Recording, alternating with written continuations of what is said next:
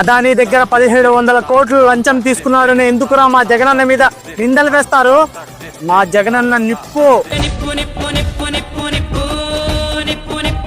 మరి నువ్వు అసెంబ్లీకి ఎందుకు అడగలేదు చెప్పు. నిప్పు కాబట్టి ఆ సెగకి మీ 164 మందికి చెమటలు పడతాయని. మీ అన్న అసెంబ్లీకి రాందే నిప్పని కాదు, రాష్ట్రం మీద చేసిన 10 లక్షల కోట్ల అప్పు గురించి అడుగుతారని, లిక్కర్ స్కామ్ గురించి, ఇసుక స్కామ్ గురించి, మైనింగ్ స్కామ్ గురించి అడుగుతారని. అసెంబ్లీకి రాకపోతేనేం ప్రెస్ మీట్ పెట్టి ప్రశ్నిస్తున్నాడు కదా. అసెంబ్లీలో ఒక ప్రశ్నకి 10 సమాధానాలు, 100 ఎదురు ప్రశ్నలు ఉంటాయి.